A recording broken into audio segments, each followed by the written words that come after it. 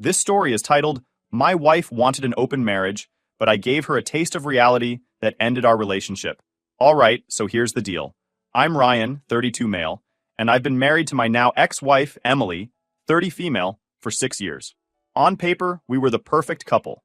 I'm a senior project manager at a top firm, pulling in 6 figures, working insane hours to give Emily the lifestyle she's always wanted. But let me be clear about something. Emily's influencer career? That didn't just happen. I made it happen. When we first got married, she didn't know what she wanted to do with her life. All she did was shop with my money, bouncing from one hobby to the next. Given my social status, I've always believed that a successful man deserves a partner who is equally accomplished. I didn't want her to just sit at home shopping or scrolling aimlessly on her phone. I wanted her to have something meaningful. That's when I started encouraging her to find her purpose. Social media seemed to click for her, and I threw everything I had into helping her succeed. I invested in her brand, bought her the best camera equipment, paid for classes on photography and video editing, even covered the cost of her first marketing campaigns to grow her audience. Every time she needed a new outfit for a photo shoot or tickets to some exclusive event, I made it happen. I worked extra hours, sacrificed vacations, and lived with constant stress so she could build this dream. And it worked. Her follower count skyrocketed, brands started reaching out, and she was finally doing something she loved. Or at least, that's what I thought. The crack started showing about 2 months ago. At first, it was little things. Emily started pulling away, emotionally and physically. She'd be glued to her phone during dinner, laughing at memes or texting someone constantly. She stopped posting pictures with me on her social media. In fact, she went so far as to archive all the photos that showed we were married. It's better for the brand, she'd say when I asked about it. It stung, but I figured she knew her business, and I wanted to be the supporting husband. I noticed other changes too. She started dressing differently, edgier, like she was trying to appeal to a younger, single audience. She was going to more influencer events, ones that ran late into the night, and always insisted they were just for networking. I'd wake up at 2 a.m. to find the bed empty and hear her creeping back into the house, claiming it was just work stuff. I didn't want to come off as insecure or controlling, so I let it slide, convincing myself I was imagining things. Then one night, she sat me down in the living room. She looked nervous, chewing her lip, her phone face down on the table. A rare sight. "We need to talk," she said, avoiding eye contact. I've had enough experience with bad news to know nothing good comes from that phrase. "What's going on?" I asked, already bracing myself. She took a deep breath and said, "I've been thinking a lot about us, and I think we should try an open marriage." I just stared at her, trying to process what she was saying. It was like my brain short-circuited. "An open marriage?" I repeated, making sure I heard her right. She nodded quickly, like she'd rehearsed this. "It could be good for us. Think about it. We're both so busy. You with work, me with my brand. This way, we can explore and still stay together. It could make us stronger." I couldn't believe what I was hearing. "Explore?" I said, my voice sharp. "Are you serious right now, Emily? We've been married for 6 years. I've been killing myself working to give you the life you want, and now you're telling me you want to sleep with other people?" Her face fell, like she didn't expect me to react that way. "It's not just about that," she said quickly. "It's about freedom and connection. It's not that I don't love you." "Stop," I interrupted. "Just stop. Do you even hear yourself? How is this supposed to make us stronger? You're basically saying I'm not enough for you." "That's not what I mean," she said, tears welling up in her eyes. I feel like we've grown apart, and this could help." I stood up, needing to put some space between us. My head was spinning, but her words were starting to connect some dots. The hidden social media posts, the late nights, the sudden wardrobe change. It all made sense now. She was already acting like she wasn't married. How long had this been going on in her mind? Was there already someone else? "Ryan, please," she said, standing up and reaching for my arm. "We can talk about it. We can set boundaries." "No," I said firmly, pulling away. "I'm not interested in boundaries or whatever else you think this is. I married you because I wanted a life with you. Not with you, and whoever else you decide to bring into our bed. If this is what you want, we're done." Her jaw dropped. "You're seriously ending our marriage over this?" "You ended it the moment you thought this was okay," I said. "Pack your stuff and go." She stared at me like I'd slapped her, but I was done. The woman I married wouldn't have even considered something like this. The person standing in front of me was a stranger. Someone who valued her social media clout and superficial freedom more than the life we built together. That night, she packed a bag and left for her parents' house. For the first time in weeks, things made sense. After that night, I shut the door on my marriage and didn't look back. but I wasn't about to mope. I've always been someone who handles problems head on, and this was no different. The next morning, Emily blew up my phone. Her voicemails were a mix of sobbing apologies and desperate bargaining. "Ryan, please, let's talk," one message said. "I didn't mean it. I was just overwhelmed and trying to figure things out." Another said, "You're throwing away everything we built. I love you. Can't we fix this?" I deleted them all without listening to the rest. You don't come back from suggesting an open marriage, not with me anyway. My standards aren't negotiable. She had to learn that the hard way. Her texts kept coming, though. At first, they were frantic. "I made a mistake. You're my everything." When I didn't respond, they turned defensive. "You're overreacting," she wrote. "I was just trying to be honest about my feelings. Isn't that what a marriage is supposed to be about?" The audacity. Honesty. She hadn't been honest in months, not with me or herself. One text said, "After everything I've sacrificed for you, you're really going to throw it all away?" Sacrificed. That one made me laugh out loud. I'd been the one sponsoring her influencer career, paying for her classes, her gear, her endless wardrobe. If anyone sacrificed, it was me. I vented to Mike about it over drinks. He didn't hold back. "She's delusional," he said, shaking his head. "You gave her a life most people can only dream about, and she wants, what, to screw around and call it freedom?" "Exactly," I said. "I'm not playing that game." A few days later, Rachel, one of Emily's closest friends, called me. "Ryan, I know it's none of my business, but Emily's really hurting. She misses you." "She should have thought about that before she tried to rewrite the rules of our marriage," I said bluntly. "I'm done, Rachel. Tell her to move on." Rachel sighed. "She knows she screwed up. She keeps saying she just wants to talk to you, to fix things." "Too little, too late," I said. She made her bed. A few weeks went by and the messages slowed. Emily's Instagram, though? That was a different story. She started posting nonstop, all these glossy photos of her new journey. Empowerment quotes, spa days, and luxury retreats filled her feed. It was all so fake. I wasn't even looking for it, but a coworker showed me one of her posts during lunch. "Isn't this your ex?" she asked, holding up her phone. The caption read, "Sometimes you have to lose everything to find yourself. New beginnings." I rolled my eyes. "Yeah, that's her," I said. "Guess she's thriving." But the big news came from Mike, who called me a few nights later. "You're not going to believe this," he said, barely able to contain his laughter. "I ran into one of Emily's influencer buddies at the gym. Apparently, she's been bragging about some guy named Marcus, calling him her mentor." "Marcus?" I asked, raising an eyebrow. "Yeah, some big shot entrepreneur," Mike said. "Her friend said Emily's been leaning on him a lot lately. Sounds fishy to me." That name rang a bell.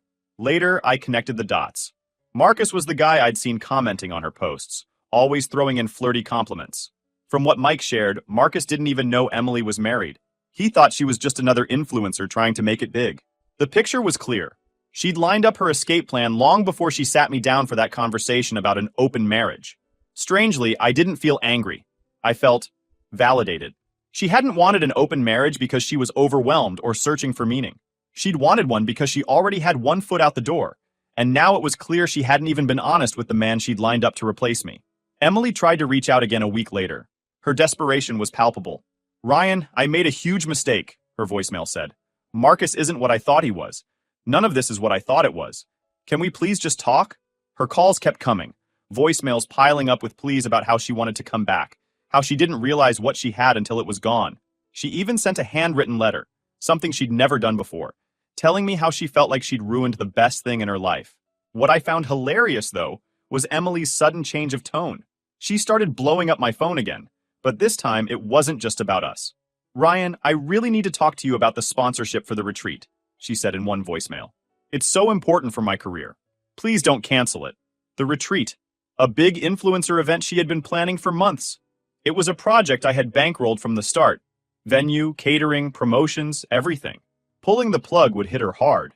And after everything, I couldn't justify keeping my name attached to it. I called the event organizers the same day and withdrew all funding. When Emily found out, she spiraled.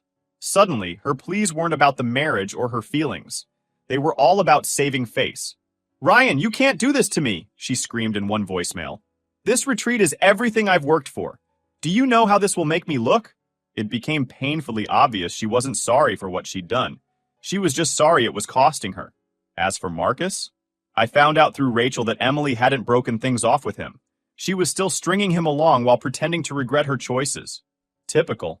She was trying to have it both ways, and now she was watching it all fall apart. I felt like I had the upper hand. The life we'd built might be over, but Emily was realizing that I was the one who had built it. Without me, her perfect little influencer world was crumbling, and there wasn't a filter in the world that could fix it. I wasn't about to let Emily's betrayal end with me being the only one in the dark. Marcus deserved to know the truth, and I was going to make sure he heard it straight from me. After some digging, I found his contact information through mutual connections on LinkedIn. I sent him a simple, professional-sounding message. Hi, Marcus. I'm Ryan, Emily's husband. I believe there are some things you should know. Can we meet? To my surprise, Marcus responded quickly. We set up a meeting at a coffee shop downtown. When I walked in, I spotted him immediately. Tall, sharp-dressed, with an air of confidence that screamed, success. He looked up from his laptop, clearly puzzled when he saw me. Ryan? He asked, standing to shake my hand. That's me, I said, sitting across from him. Thanks for agreeing to meet. He looked wary but curious. So, what's this about? I leaned in, lowering my voice. Marcus, I'm not sure if you're aware, but Emily and I have been married for 6 years. His eyes widened. Married? She told me she was single. I figured as much, I said, pulling out my phone and scrolling to a wedding photo. I placed it on the table. That's us 2 years ago at a friend's wedding. She's been hiding our marriage from her followers, and apparently from you too. Marcus's face turned pale as he studied the photo. I had no idea. She always made it seem like she was focused on her career, too busy for a serious relationship. I nodded.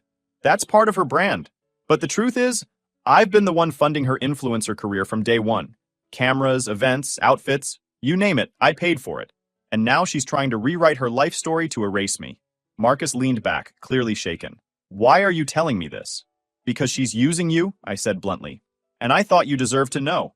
But more than that, I have a plan. And I think you'll want to be part of it. A plan?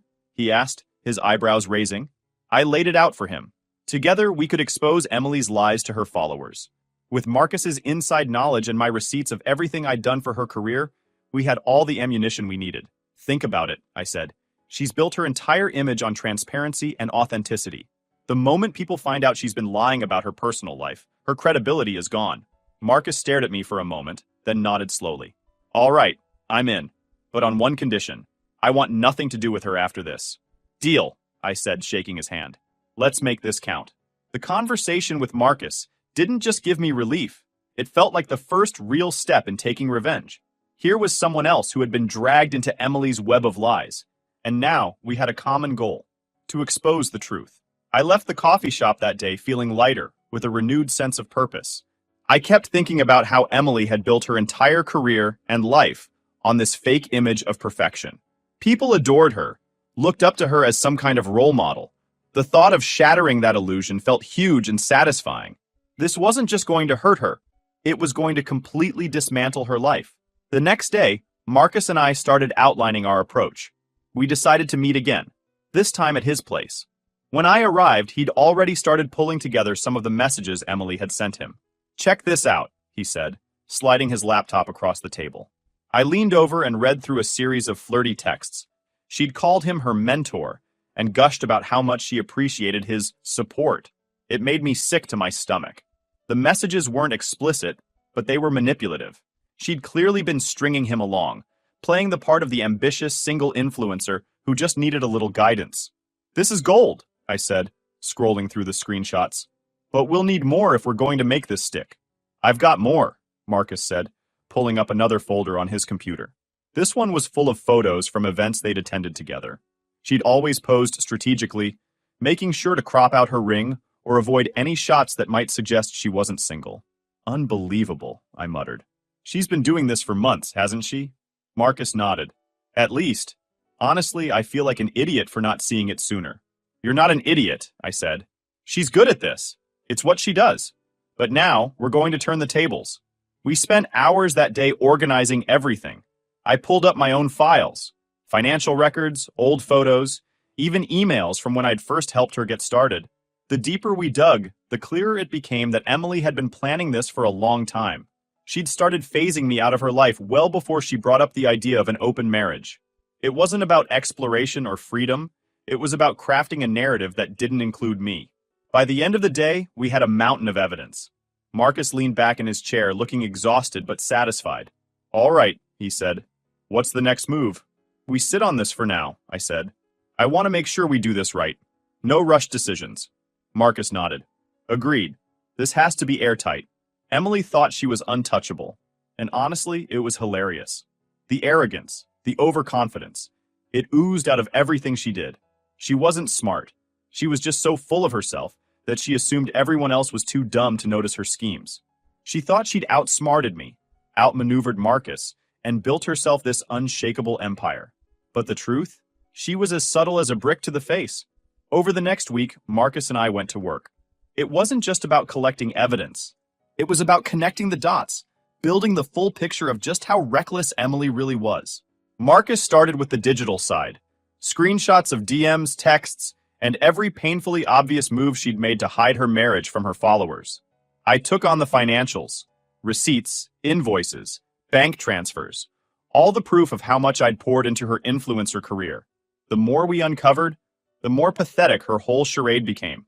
Look at this, Marcus said one night, pulling up a text Emily had sent him. In it, she called him her rock and thanked him for always being there. She's ridiculous, I said, shaking my head. She said the exact same thing to me a month before she brought up the open marriage crap. It's like she's copy-pasting. She thinks it's working, Marcus said, rolling his eyes. She's probably sitting somewhere right now, patting herself on the back for being such a genius. The thing was, Emily didn't even bother covering her tracks properly. Her lies were sloppy, her manipulations obvious. She wasn't careful. She just assumed no one would call her out. Like at events, where she'd crop her wedding ring out of photos but leave little details that anyone paying attention could spot. Or the way she'd flirt with Marcus in texts while asking me for money in the same breath. She wasn't smart. She was lazy. By midweek, we had a shared folder titled The Real Emily. It was packed with files, event photos, incriminating texts, and financial records that laid bare how much of her career was built on my dime. Each file was like another nail in her coffin. Marcus and I couldn't help but laugh at how easily the pieces came together. She's going to lose it when this drops, Marcus said, scrolling through the folder. She'll probably try to spin it, though. Let her, I said. She can't spin her way out of this. It's too much. The plan was simple. We'd start with the texts, let people see how fake she was. Then we'd follow up with the financials, showing how she'd used me as her personal ATM. The photos would come last, the final proof that her whole image was a lie. Emily thought she was untouchable. She was about to find out just how wrong she was. By Friday, everything was ready. We timed it perfectly. Emily had a live Q&A scheduled for that weekend, the kind of event where she pretended to be real with her followers. It was the perfect moment to drop the bomb. She's going to squirm, Marcus said with a grin. Good, I said. Let's see how honest she really is. Emily thought she'd won. She was about to find out she'd been playing herself the whole time. When Saturday rolled around, Marcus and I were ready to drop the hammer. Emily had hyped up her Q&A for days, posting story after story about how excited she was to connect with her followers. Real talk, real transparency, she'd written in one post, paired with a glowing selfie. The audacity of it was almost laughable. Marcus and I had timed everything perfectly. 30 minutes before her live session started, Marcus uploaded the first wave of our evidence. It was subtle at first. Screenshots of texts between him and Emily, showing her flirtatious comments and manipulative behavior. We didn't even include captions. The screenshots spoke for themselves. Within minutes, the post started gaining traction. Comments flooded in, people tagging Emily and asking, "Is this real?" And "What's going on here?" Marcus and I watched it all unfold from our separate screens, messaging each other updates like kids on Christmas morning. "She's going to lose it," Marcus texted. "Good," I replied. "She deserves every second of this."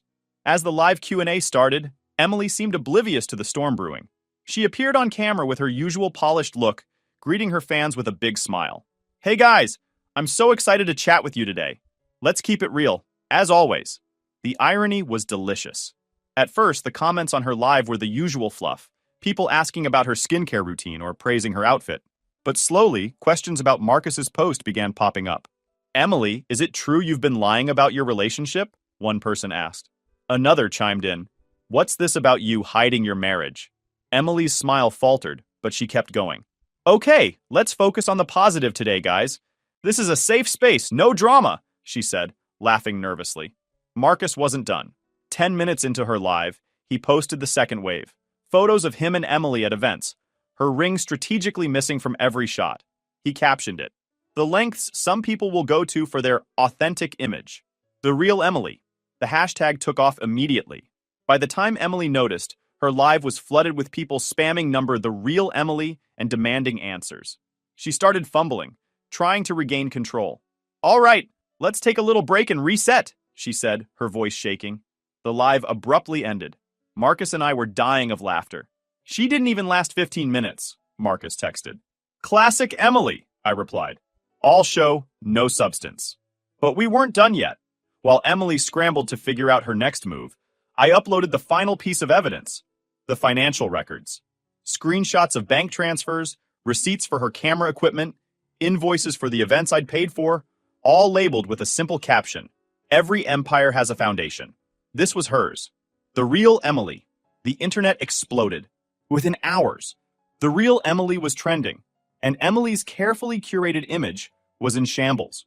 Brands she'd worked with started quietly unfollowing her, and her fans were turning against her in droves. I'd expected Emily to call me, but she didn't. Instead, I got a message from Rachel, one of her closest friends. "Ryan, I don't know what's going on, but Emily's having a meltdown. She's saying you and Marcus are trying to ruin her life." "She ruined it herself," I replied.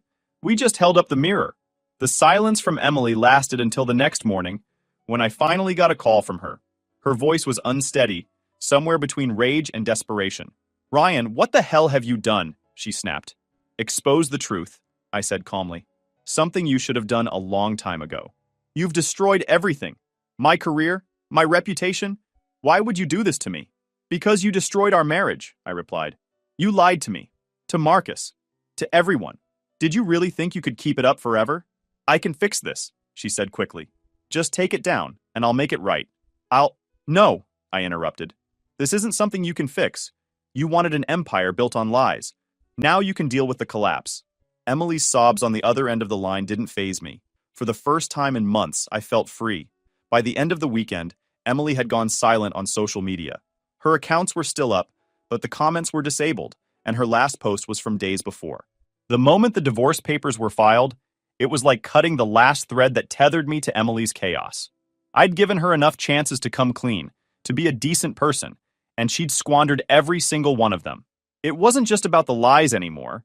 It was about reclaiming my life, my peace, and my dignity.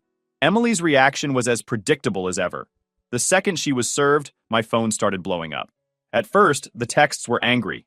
"You can't be serious. You're really going to throw everything away over this? This is a mistake, Ryan. You're being petty and vindictive." Then, when I didn't respond, the tone shifted. "I miss you. I don't know how I let things get this bad. Please, let's talk. You're my husband. We can fix this. I'll do whatever it takes." It was classic Emily, full of empty promises and manipulative pleas. But this time, I wasn't biting. I'd heard it all before, and I wasn't about to fall for it again. The divorce process was quick, thanks to the airtight evidence Marcus and I had gathered, and thanks in the first place to the prenup I suggested signing before we got married. Emily didn't even try to fight it, probably because she knew she didn't stand a chance. One of the best moments came when my lawyer informed me that Emily had agreed to the terms without contest. She'd get nothing. No alimony, no division of assets, nothing. Her influencer empire, such as it was, had crumbled to dust, and she was left scrambling to pick up the pieces. Rachel called me a few days after the papers were finalized. "Ryan, she's a mess," she said. "She's been calling everyone, trying to figure out how to fix her image. She even mentioned reaching out to you again." "Not my problem," I said. She made her bed. And that was the truth. Emily had spent years building her brand on lies, using people like disposable tools to climb her way to the top. Now, with no brand, no husband, and no backup plan, she was finally facing the consequences. A few weeks after the divorce, I ran into her at a coffee shop. She looked different. The polished, camera-ready facade was gone, replaced by someone who looked genuinely lost. She spotted me and hesitated, then walked over. "Ryan," she said softly, "can we talk?" "There's nothing to talk about, Emily," I said, keeping my tone neutral.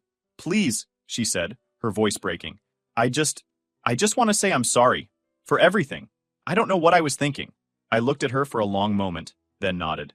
"I hope you figure things out," I said. Then I turned and walked away. That was the last time I saw her. As far as I know, Emily's still trying to rebuild her life. But that's her journey, not mine. As for me, I've moved on. I'm focusing on my career, my friends, and myself for the first time in years.